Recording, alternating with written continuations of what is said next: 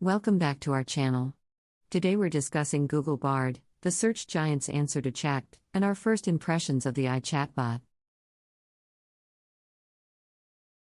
After a less than impressive debut, Google Bard is finally here. But was it worth the wait? And how does it compare to the many other chatbots springing up all over the web? Let's dive in.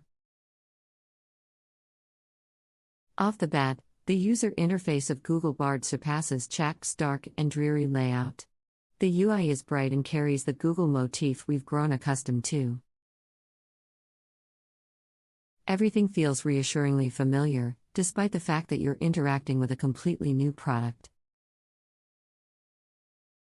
You can edit the text of questions already asked, and restart the conversation from any point. And depending on your prompts or questions,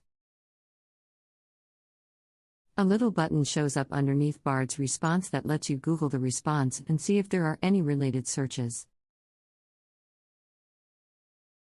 Overall, we're looking at a slick and sophisticated user interface that screams polished, poised, and ready to go. As soon as you enter the chat, you're greeted with a helpful and rather endearing introduction from Bard. It admits it won't get everything right and welcomes feedback, before giving you a revolving list of potential questions. Bard's tone of voice and temperament are strikingly human and incredibly easy to talk to, in comparison to other chatbot models such as Bing AI and Chat. The response time between putting in a prompt and having the bot respond is astoundingly fast. We asked Bard to write a review for a makeup product that doesn't exist, and we're pretty amused by the response, and kind of wish the flimmery was a real thing. Google Bard keeps a running record of all your prompts, including the edits you made after initially submitting the prompts. The activity page claims that the responses are saved, but ours didn't appear. This might be an oversight, but it could also be quite purposeful. Bard's responses today may be significantly different from how it responds to the same questions a week or month from now.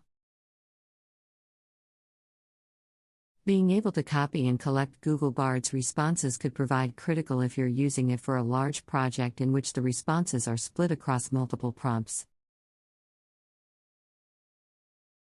Google Bard is about as good as Chat at producing content, though it has a tendency to not cite sources and doesn't seem to reread its own work for redundancy. When we asked it for a brutally honest review of the new film Shazam! Fury of the Gods, Bard delivered a somewhat disjointed review that, while accurately describing the film and giving us reasonable criticism, also repeated itself 3 times. We've seen mixed results with Google Bard's ability to identify people.